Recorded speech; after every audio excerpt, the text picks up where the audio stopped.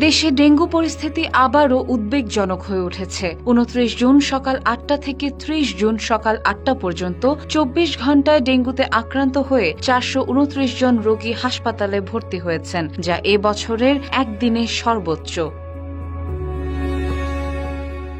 স্বাস্থ্য অধিদপ্তরের health emergency operation সেন্টারের এক বিজ্ঞপ্তিতে জানানো হয়, নতুন রোগীদের মধ্যে সবচেয়ে বেশি ১৪৯ জন বরিশাল বিভাগে ভর্তি হয়েছেন। এছাড়া চট্টগ্রামে ৫৭, ঢাকা বিভাগে ৬১, ঢাকা উত্তর সিটিতে ৪২, দক্ষিণ সিটিতে ৪৫, রাজশাহীতে ৫৪, খুলনায় ২১ জন ভর্তি হয়েছেন।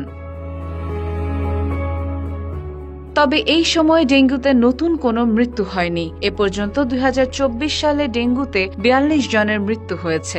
একদিনে সুস্থ হয়ে হাসপাতাল ছেড়েছেন ৩৫৮ জন। এ নিয়ে চলতি বছর মোট ৯,০৮৭ জন সুস্থ হয়ে বাড়ি ফিরেছেন। চলতি বছরের জানুয়ারি থেকে এখন পর্যন্ত ডেঙ্গু আক্রান্ত হয়ে হাসপাতালে ভর্তি হয়েছেন মোট ১০,২৯৬ জন রোগী। বিশেষজ্ঞরা সচেতনতা ও আগাম সতর্কতা অবলম্বনের পরামর্শ দিয়েছেন।